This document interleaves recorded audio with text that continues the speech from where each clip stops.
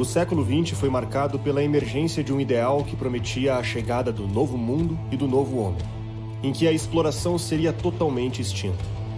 Ao redor do globo, muitos países romperam com a sua tradição e aderiram ao sonho do comunismo. China, Cuba, Coreia do Norte caíram vítimas dessas crenças arrastadas pelo desejo de acabar com a desigualdade. Outras nações escaparam a este destino, mas não saíram intactas. Essas ideias se infiltraram em sua cultura, fazendo ruir a unidade que antes experimentavam. Para entender como chegamos nessa situação, nossa única alternativa é olhar para o passado, repousando nossa atenção no primeiro local em que essa proposta encontrou um solo fértil para florescer. Foi na Rússia que essa forma de governo irrompeu com máxima força. Mas como os comunistas conseguiram dominar o maior território do planeta? Como essa história é capaz de explicar a nossa realidade?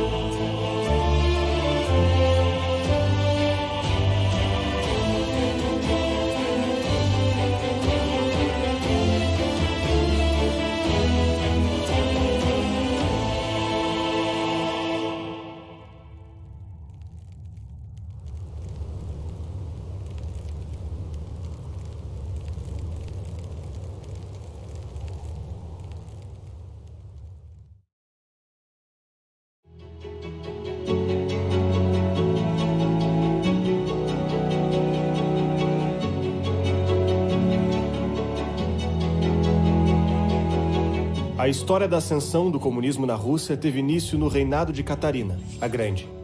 Catarina era uma figura controversa.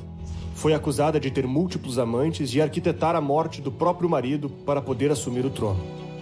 Quando tomou posse como imperatriz, a Rússia ainda vivia um sistema similar ao feudal. Com a produção majoritariamente agrária, a base do trabalho eram os servos.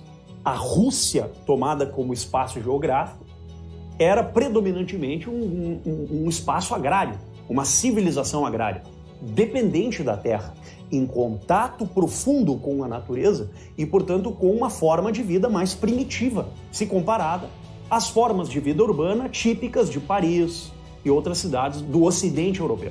Uma sociedade altamente estratificada do ponto de vista rural.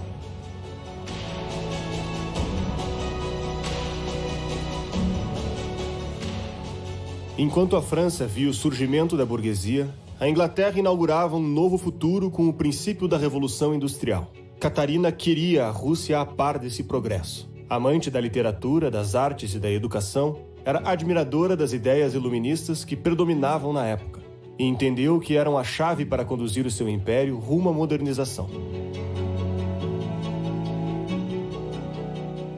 Os melhores da época estavam falando de reformas que deviam acontecer. E ela encontrou um grupo da qual ela se afinou muito. Esse grupo eram os Salões de Paris. E lá estavam Voltaire, Diderot, Rousseau e companhia. E ela achou os caras o máximo. E ela teve uma ideia que a família Romanov jamais esqueceria. Ela falou, eu preciso fazer uma missão para levar esse conhecimento para a Rússia. Esse conhecimento modernizador, essa coisa maravilhosa, eu tenho que levar para a Rússia. A gente lá só tem analfabeto, aquele servo analfabeto. Que outro lugar está tendo isso? Alemanha. Quem eram os caras na Alemanha? Hegel e Kant. E ela olha para a filosofia deles e fala, esses caras, isso que é homem inteligente. Só que ela era uma amante da filosofia enquanto status e não necessariamente do conteúdo em si.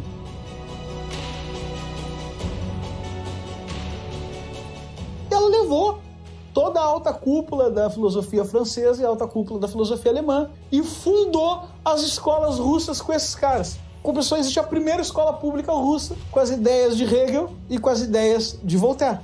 Vamos tentar entender agora o que ela fez sair disso aí. Ela pegou uma sociedade que tinha 80% de servo, um massacre dos reis por cima da população e falou, eu vou dar educação para esse povo.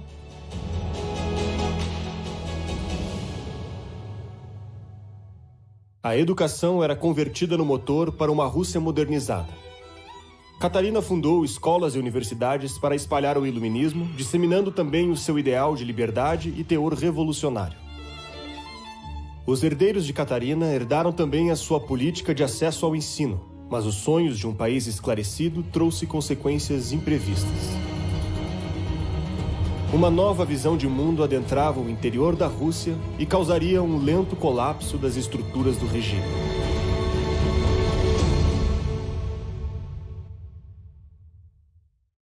Os russos educados logo formaram uma classe intelectual conhecida como inteligência.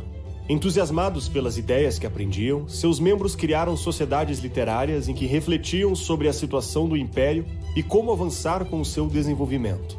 O ambiente que almejavam dependia de reformas políticas e sociais, e somente os monarcas tinham como implementá-las. O iluminismo inspirava uma aura de liberdade, mas essa aura permaneceria uma abstração se não ultrapassasse a resistência da coroa.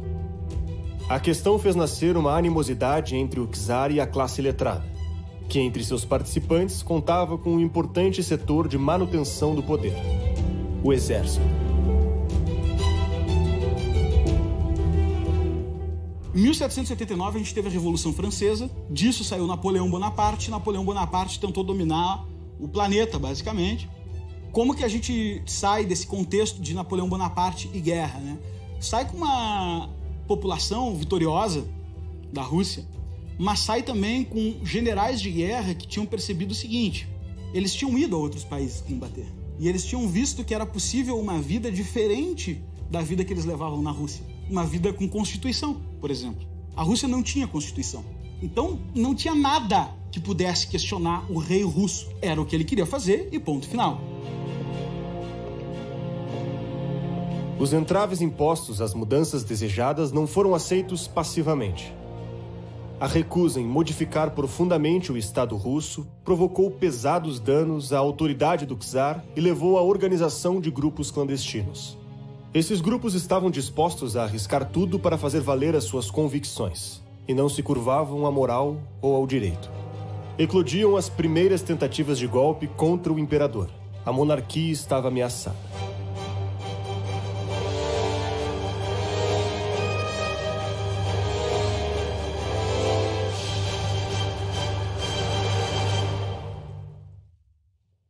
Na França, Inglaterra e Alemanha, os intelectuais eram movidos pelo ímpeto de renovação social. Entre o fervilhar das revoluções, criavam novas definições sobre como deveria ser a sociedade. Essas idealizações eram acolhidas pelos eruditos russos, que as transmitiam aos acadêmicos. Pouco a pouco, um pensamento mais intransigente passava a orientar as investidas contra o czar. A princípio, você tem os socialismos que se desdobraram do jacobinismo, que era um movimento presente na Revolução Francesa. Esses socialismos, muitas vezes chamados de socialismos utópicos, simplesmente ficavam descrevendo como é que seria a sociedade futura se ela não tivesse esse problema, aquele problema. Essas concepções contaminaram a camada artística, que a política educacional alçara um outro patamar. Enquanto nos palcos o esplendor do teatro Bolshoi e seus balés encantavam os espectadores, os livros ecoavam narrativas que pela primeira vez marcavam a Rússia na história da literatura mundial. Essas obras reverberavam a visão da vanguarda intelectual, da qual alguns artistas faziam parte. Era o caso de Fyodor Dostoiévski. Dostoiévski se aproximou do socialismo utópico ao integrar um círculo de estudiosos. Incentivado por seus colegas, foi levado ao movimento revolucionário. Mas a experiência e o passar dos anos mudaram sua percepção. Exímio observador, Dostoiévski antecipou o trágico fim daquelas ideias em seu livro Os Demônios, retratando as preocupantes mudanças culturais que percebia no seio da sociedade russa e as ações que seriam tomadas para usurpar o poder.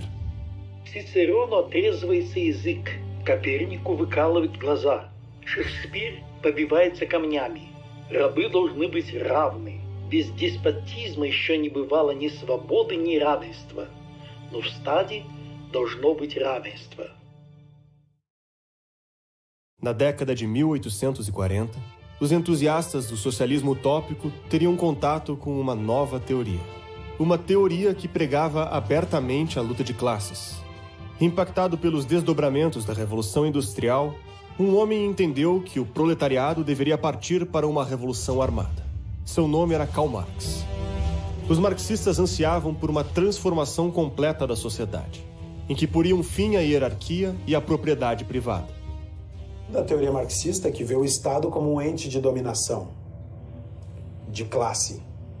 O Estado pertence a uma classe que domina a outra. E por isso o marxismo que tenta fazer é tomar o Estado por sabê-lo dominador, para ter a titularidade da dominação. O marxista quer tomar o Estado para dominar. O grande mérito de Marx foi ter criado estudando a Revolução Francesa, foi ter criado essa maneira de transformar a sociedade para você chegar na tal utopia. Então, essa maneira de transformar era como se fosse uma ciência da revolução, ou melhor dizendo, uma técnica de como produzir revoluções. Emergia uma nova mentalidade revolucionária que encontraria adeptos e defensores dentro da inteligência. Die ganze Gesellschaft spaltet sich mehr und mehr in zwei große feindliche Lager, in zwei große einander direkt gegenüberstehende Klassen, Bourgeoisie und Proletariat. A monarquia tentava apaziguar os socialistas e liberais através de uma lenta modernização. Além das reformas administrativas, criaram novas ferrovias e expandiram a educação. Mas todas essas mudanças foram insuficientes. O czar estava cercado de todos os lados. Nenhuma das ideias em voga defendia o status quo. Enquanto um grupo pressionava a coroa por mais liberdade, outro se organizava para promover uma revolução com base nas ideias de Karl Marx. O Manifesto do Partido Comunista consegue alcançar o seu objetivo.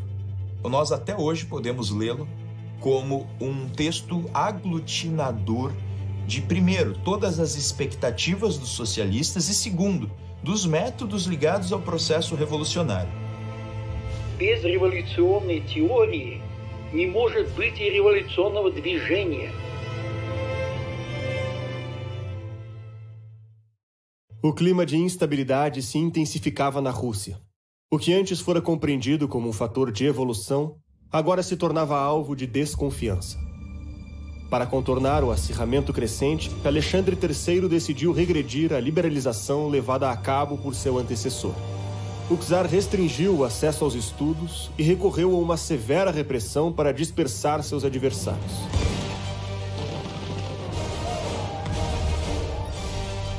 Mas a política posta em prática colheu o resultado oposto ao pretendido. A oposição crescia e se solidificava. Chegaram a tentar assassinar Alexandre, mas falharam. Os envolvidos foram descobertos e sentenciados à forca. A morte do líder do grupo, Alexandre Ulyanov, trouxe para a luta revolucionária um homem que mudaria para sempre a sua história. Seu irmão mais novo, Vladimir Ulyanov. Transfigurado pela perda, deixou a sua antiga vida e família para trás e adotou um pseudônimo que jamais abandonaria, Vladimir Lenin.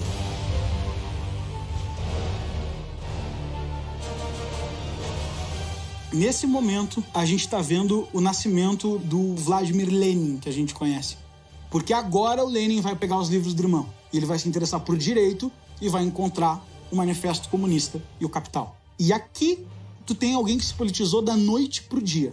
E mais, quando ele lê no Karl Marx que chega de filósofos, que agora é a filosofia da modernidade é botar a revolução em prática e não ficar só no mundo das ideias, aquilo ali vai entrar com tudo nele. E ele, a partir daqui, se sente responsável por fazer a revolução na Rússia e vai começar a desenvolver o leninismo muito precoce, inclusive.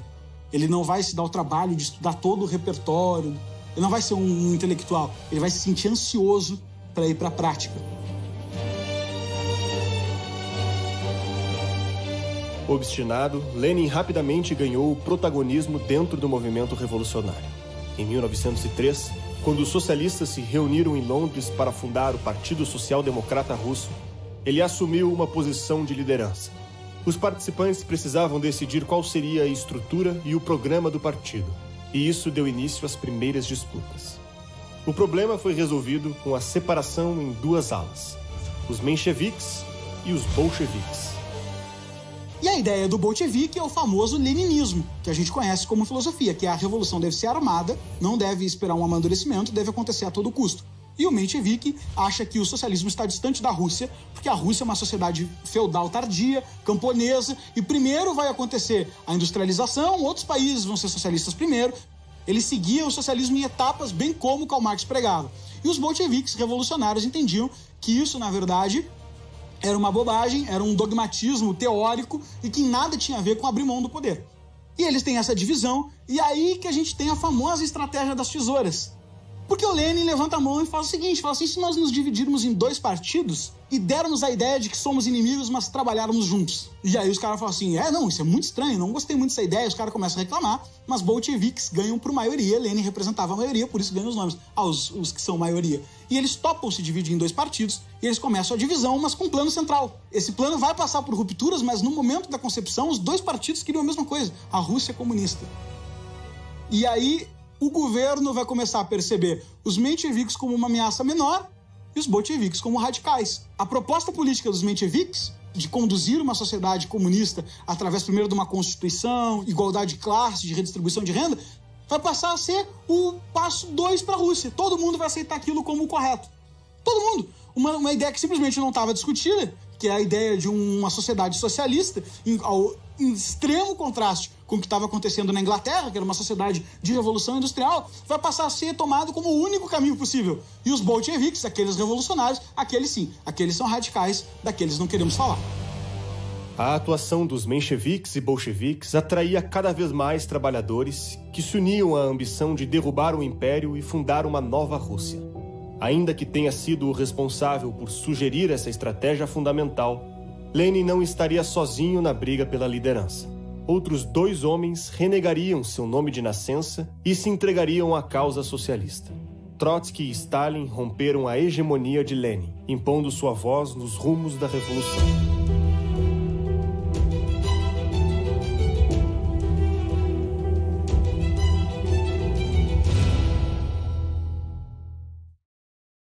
Num domingo, em 1905, um evento mostraria a força que o movimento revolucionário conquistava. Operários de uma fábrica decidiram levar ao czar uma petição exigindo melhores condições de trabalho. No caminho entoaram hinos e canções patrióticas. Quando chegaram lá, descobriram que Nicolau II não estava no palácio. A manifestação assustou os soldados, que abriram fogo contra a multidão desarmada.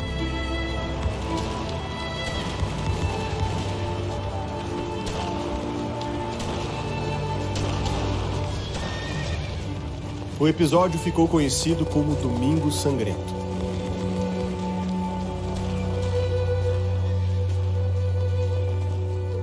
E o relato que a gente tem da época é que a neve ficou vermelha.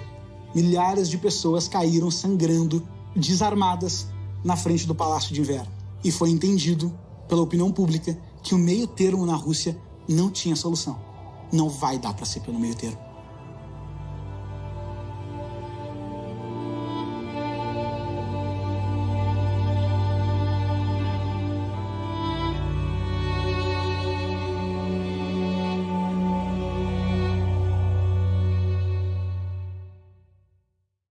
O assassinato dos manifestantes sensibilizou a população.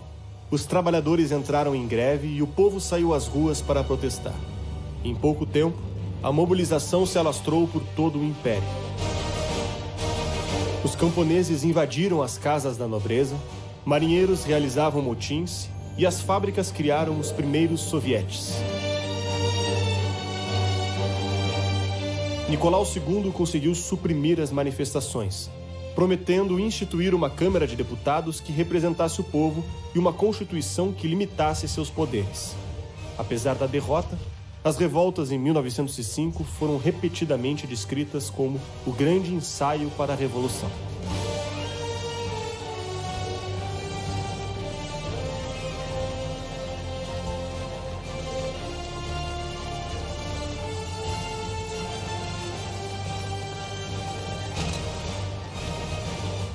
Без генеральной репетиции 1905 года победа Октябрьской революции 1917 года была бы невозможна. Os levantes ecoaram um novo nome no comando da Revolução. Ávido pela vitória, Trotsky aproveitou a oportunidade para se destacar. Inteligente e articulado, foi contagiado muito cedo pela política. E sua pretensão era ocupar o mais alto posto. Trotsky é filho de agricultor. Agricultores que conseguiram dinheiro, morava em Odessa, na Ucrânia, entrou numa boa faculdade, era um cara muito ambicioso, que focava em ser rico e tinha um desprezo imenso pela aristocracia. Ele odiava essa ideia de que, porque eu tenho o nome herdeiro, ele odiava essas ideias. Ele queria ser rico, ele queria ser o melhor, ele era muito ambicioso, era um garoto problemático já desde cedo e muito inteligente também, articulado, notas excelentes, projetos excelentes, etc. E só que diferente do Lenin, já na escola ele se politiza, escreve para o jornal local, faz um comunicado univos pelo socialismo, etc. Ele começa a ver que a vocação dele, ele vai dizer nas memórias dele, a minha vocação é liderança política. E ele discursava bem pra caramba. Trotsky tem texto, o cara é poeta na métrica, assim. O insucesso das revoltas foi compensado pela visibilidade que ganhou. E ele assume esse momento do Domingo Sangrento, que a gente falou lá da neve ensanguentada, como a oportunidade dele tomar o poder. Ele marcha as ruas, só que ele encontra o grande exército, que ainda é muito organizado. E a verdade é que a revolução fracassa.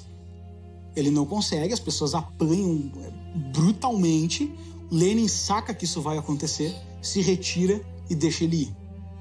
A gente não pode ter a ideia falsa de aliança entre todos eles, né? Eles eram extremamente sanguinários, porque, vamos deixar claro aqui, nesse momento que a gente está disputando é o poder do país, não tem aliança, sabe? É o que dá, o que não dá.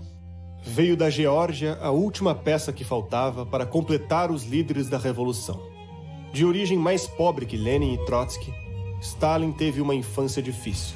Além de ter nascido com uma má formação no pé, um de seus braços ficou praticamente imóvel depois de ser atropelado por uma carroça. Sua estética exótica ainda era acentuada por manchas no rosto, fruto de uma grave doença de pele. Filho de um sapateiro, Stalin conseguiu entrar para uma escola por se dedicar aos estudos. Era um cara chato, mas inteligente. Pela inteligência dele, ele consegue uma vaga, a mãe dele se esforça muito, ele consegue uma vaga no principal mosteiro da região, começa a estudar, e no mosteiro ele vai começar a ser, mesmo com notas excelentes, ele ajudava os amigos a estudar, etc, etc, etc, e existia literatura ilegal na época. Aí você pensa, literatura ilegal, tipo as comunistas? Não, tipo o Victor Hugo. Os Miseráveis era ilegal na Rússia de ler. Darwin era ilegal de ler na Rússia. E o Stalin, como estudioso, começa a ler, antes da política, e os caras começam a confiscar os livros dele. Envolvido pelas teorias socialistas, Stalin fugiu do mosteiro e passou a atuar para o partido. Esperto, não demorou a descobrir o caminho para ascender. Mas ele vai subir na hierarquia fazendo assalto e conseguindo dinheiro para o partido. E ele vai começar a se revelar um grande estrategista, mais pessoal do que para o partido, mas ele vai saber subir na hierarquia do partido como ninguém. Olha o que ele se dá conta. Ele não milita, ele não faz nada. Ele assalta e entrega o dinheiro para o partido. Lenin, Trotsky e Stalin formaram a cúpula do movimento revolucionário. Juntos, traçaram ações que permitiram o êxito do programa socialista. Uma, em particular, foi essencial para o seu triunfo: a criação dos sovietes. O que é os sovietes? É o sindicato. Os sovietes dentro das fábricas. E agora, Stalin, Lenin e Trotsky, a história disputa de quem é a ideia, né? Não dá para saber. Mas provavelmente foi uma coisa mais orgânica, mais óbvia, porque eles tinham perdido na guerra. Falou o seguinte: nós não somos os donos, nós não somos a massa operária, a gente não defende que nós somos os donos da fábrica. E agora os sovietes, que são os sindicatos das fábricas, começam a usar o turno noturno das fábricas para fabricar arma.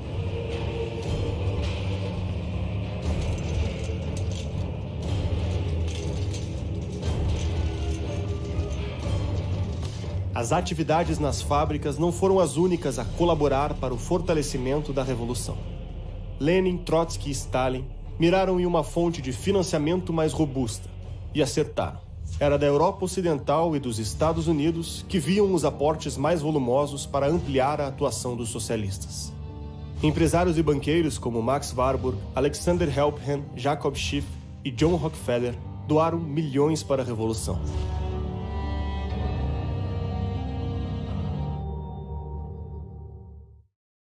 Em 1915, estoura uma guerra, a gente conhece como Primeira Guerra Mundial, e o Império Austro-Húngaro ameaça a Sérvia. E a Rússia faz o seguinte, eles falam: ameaçar a Sérvia, nossos amigos? Nunca, vamos para a guerra. Chama o exército. Só que a Rússia não tem mais exército.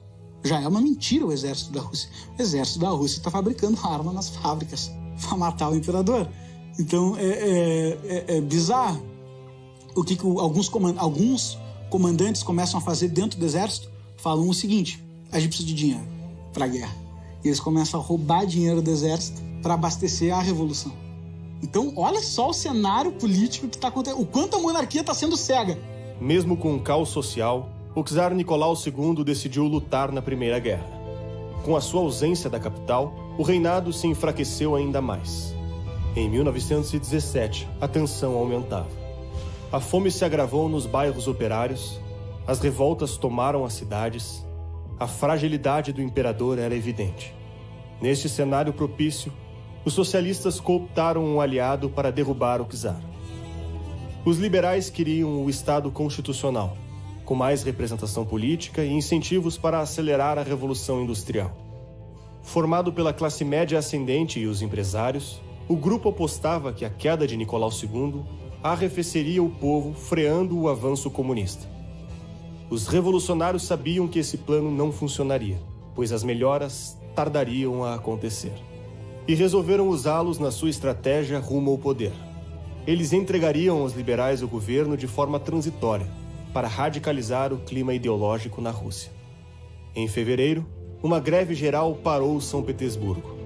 Nos dias seguintes, as insurreições atingiram toda a Rússia. O governo tentou conter a agitação, mas já não contava com o apoio suficiente.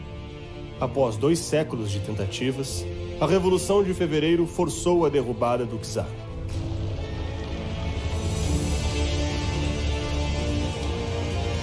Em 15 de março, Nicolau II renunciou ao trono. Era o fim de um império milenar. A monarquia foi substituída por 2 governos em São Petersburgo, formados pela aliança entre socialistas e liberais. O governo provisório era a autoridade oficial. Liderado pelos liberais, sua missão era estabelecer a Constituição e conduzir uma reestruturação gradual do Estado russo. O segundo governo era o Soviete de São Petersburgo, composto por delegados escolhidos entre os bolcheviques e mencheviques. Enquanto um novo regime se formava, os 3 personagens fundamentais do movimento revolucionário não estavam na Rússia. Lenin, Stalin e Trotsky receberam com surpresa a notícia de que a revolução estava acontecendo.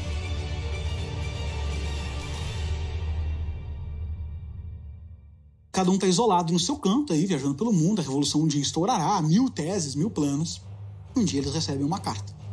O povo, de forma desorganizada, foi às ruas e quer depor o rei. Quando eles recebem essa carta, não pensa vocês que o sentimento é de torcida. O sentimento é de desespero. O sentimento dos 3 é: quanto tempo eu levo para chegar em São Petersburgo? Porque eu quero ser o líder da revolução. Então, essa altura, dane-se, a revolução é inevitável. Eu quero ser o líder. O Lenin saiu de imediato, Stalin saiu de imediato, Trotsky saiu de imediato. Todos foram pro centro da revolução. Lenin tinha objetivos bem delineados: usurpar o poder, acabar com o novo parlamento e transformar a Rússia no primeiro país socialista da história. Os sovietes seriam o meio para realizar tudo isso, sob a justificativa de que as soluções moderadas não estavam funcionando e de que o povo não aguentava mais. O soviete pressionava o governo provisório por mudanças rápidas. Através de campanhas difamatórias, Lenin usou a influência na organização para minar a imagem dos liberais e radicalizar a base mais ponderada. Então ele cada vez mais incitava discurso pelas costas. Ele publicamente falava: o governo liberal é legal, o governo provisório é legal, vai dar tudo certo. E aí, pelas costas, ele inflamava discurso do pior tipo. E aí, cada vez mais, o radicalismo pegou força. Em outubro, quando ele vai destruir esses caras, não tem mais nada. Eles destroem primeiro o rei, depois eles destroem o governo provisório. E esse governo provisório, na verdade, é o partido menchevique, que tem o Alexander Kerensky, que é o principal cara lá que vai ficar governando esse governo provisório. O que ele vai prometer para a Rússia? Os caminhos normais dos outros estados. Ele vai prometer constituição, ele vai prometer instituições, etc, né? E o Stalin está de acordo com isso. O Trotsky, mais ou menos, mas também está de acordo com isso. Cada um com a sua vaguinha lá e a gente, sabe, evolui a Rússia. O Lenin discorda absurdamente. Ele fala assim: vocês estão jogando fora o poder que nos caiu nos pés. O governo provisório não tem nenhuma legitimidade. A gente pode derrubar esse cara amanhã. Sabe por que eu não derrubo amanhã? Porque eu quero ter legitimidade antes deles caírem. E ele espera de fevereiro a outubro. O que ele espera? As massas quererem o caminho radical. Os caras eram bons estrategistas, eles viviam essa discussão o dia inteiro, não faziam mais nada da vida. Então ele fala o seguinte, ó. Vamos esperar de fevereiro a outubro, porque todas essas promessas que eles estão prometendo, desse jeitinho limpinho, burguês liberal, que ele chamava, vai demorar muito para acontecer. Uma Constituição ser escrita, sabe, direitos, instituições, isso aí vai demorar um caramba de tempo para acontecer. Em 23 de outubro de 1917, Lenin, Stalin e Trotsky conquistaram o controle do Soviete de São Petersburgo, responsável por determinar a ação dos socialistas. O domínio do Soviete de São Petersburgo significou a vitória da opção de depor o governo provisório e submeter a Rússia aos bolcheviques. Numa madrugada fria de outono, eles saíram de seu quartel-general e invadiram o Palácio de Inverno. Os liberais não reagiram. O dia marcou o estopim da Revolução de Outubro.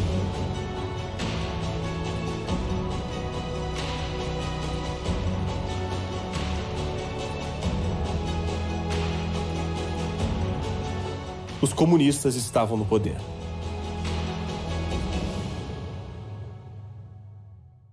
Você tem uma classe que detém o poder, que está, no fundo, explorando uma outra classe, que está fora, alijada do poder.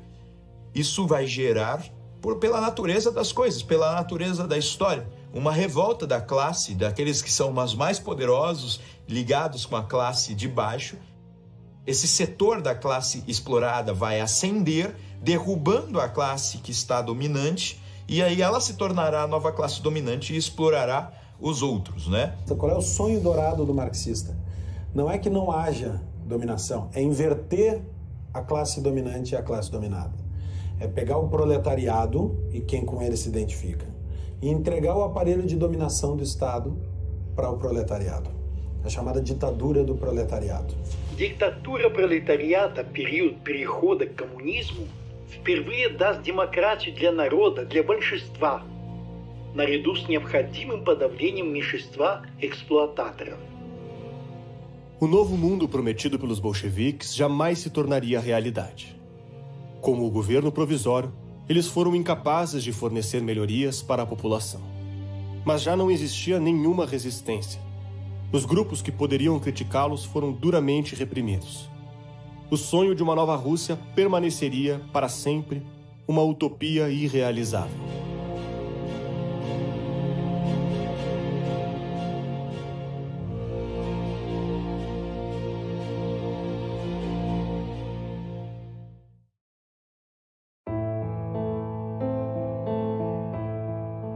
Dominar o maior país do mundo. Governá-lo por décadas. Essa foi a conquista dos socialistas. Para fazer isso, não dependeram da sorte. Os revolucionários estipularam metas, organizaram uma atuação articulada. O apoio progressivo da população e a decadência do status quo foram o resultado de muito esforço e de uma estratégia eficiente, que repetiram sempre com sucesso nos mais diferentes contextos. Uma descrição genérica de suas etapas pode ser concebida a partir da obra Os Demônios, de Dostoiévski. Primeira etapa. Toda revolução começa no direito à desonra, ou seja, a perda absoluta dos freios. Não há nenhum padrão moral sobre o qual nós devemos apoiar a nossa conduta, as nossas condutas. As nossas ações não terão, digamos, princípios claros e evidentes sobre o bem e o mal. O ódio da classe proletária pelo estamento patriarcal. Qual é a alternativa? Tirar aquele símbolo, a que nós chamaríamos aqui de direito à honra, que sustenta a imagem desta velha ordem, deste velho mundo, desta natureza humana caída, deste pecado original presente que se manifesta na soberba, no orgulho e na vaidade. Precisamos remover isso. E ao invés do direito à honra, nós colocaremos no lugar o direito à desonra. Todas as revoluções que nasceram na humanidade nasceram da fofoca. A fofoca é o princípio das revoluções humanas, que normalmente é baseada na inveja, mas também ocorre de por vezes, o elemento central ser precisamente a autopromoção pessoal ou a promoção de um objetivo futuro que leva a fofoca a ser, digamos, praticada, faz com que a fofoca dissemine no grande público intermediário entre o povo e o estamento principal, que é, digamos, a visão arquétipa da sociedade patriarcal, essa disseminação da cultura da própria vergonha em substituição a uma opinião que favoreça a maioria, tende a entrar de cheio no interior da cultura através de certos agentes, os produtores de cultura, os meios de comunicação, etc. Então nós temos até aqui o direito à desonra, primeiro ponto. Fofoca, segundo ponto. Terceiro ponto, que vem logo a seguir, que é a proliferação do medo. Eu passo a ter vergonha da minha própria opinião porque eu tenho medo de me tornar um bode expiatório. Então, sob o temor reverencial da hipótese, eu anulo a minha consciência e anulo a minha voz. E quando eu anulo a minha voz, eu crio, no outro lado, um espaço de ação absolutamente notável. Essa hegemonização dos objetivos da revolução leva, obviamente, a uma quinta e última perspectiva, que é o estabelecimento de uma nova divisão de classe sustentada na diretiva de uma organização político-partidária ou ideológica que assume para si a imagem de representação total da sociedade. De modo que a classe revolucionária e a classe política passam a ser a mesma. Der nächste Zweck der Kommunisten ist derselbe wie der aller übrigen proletarischen Parteien. Bildung des Proletariats zu Klasse, Sturz der Bourgeoisieherrschaft, Eroberung der politischen Macht durch das Proletariat. Passado mais de um século da Revolução Russa, podemos contemplá-la com lucidez em busca de respostas. Tudo começou com a entrada de novas ideias que transformaram a mentalidade de toda uma geração.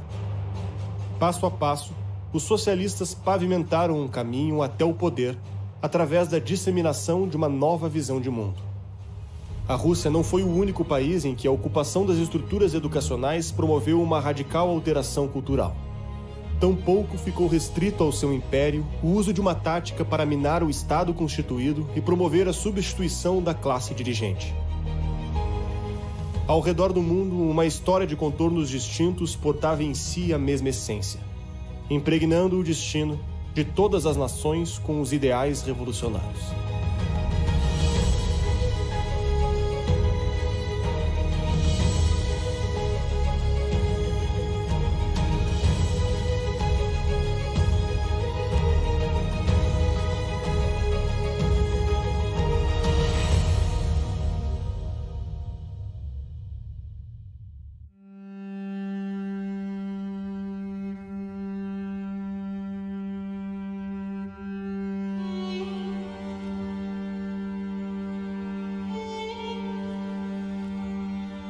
Nosso clube não consiste apenas daqueles que cometem assassinatos e incêndios criminosos.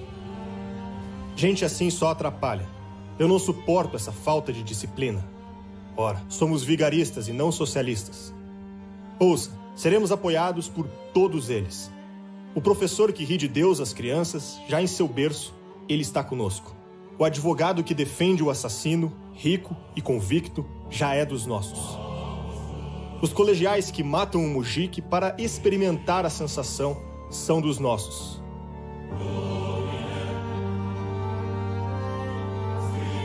Os jurados que absolvem criminosos a torto e direito são dos nossos.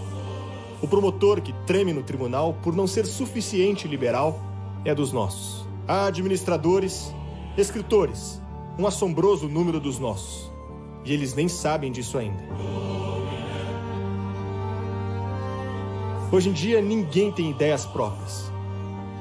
O deus russo foi derrotado pela vodka barata. As camponesas estão bêbadas, as mães estão bêbadas e as igrejas estão vazias. Apenas espere essa geração crescer. Apenas espere que cresçam. Uma ou duas gerações e o crime deixará de ser uma loucura. Mas o bom senso, justamente o bom senso da Rússia, o transformará em dever.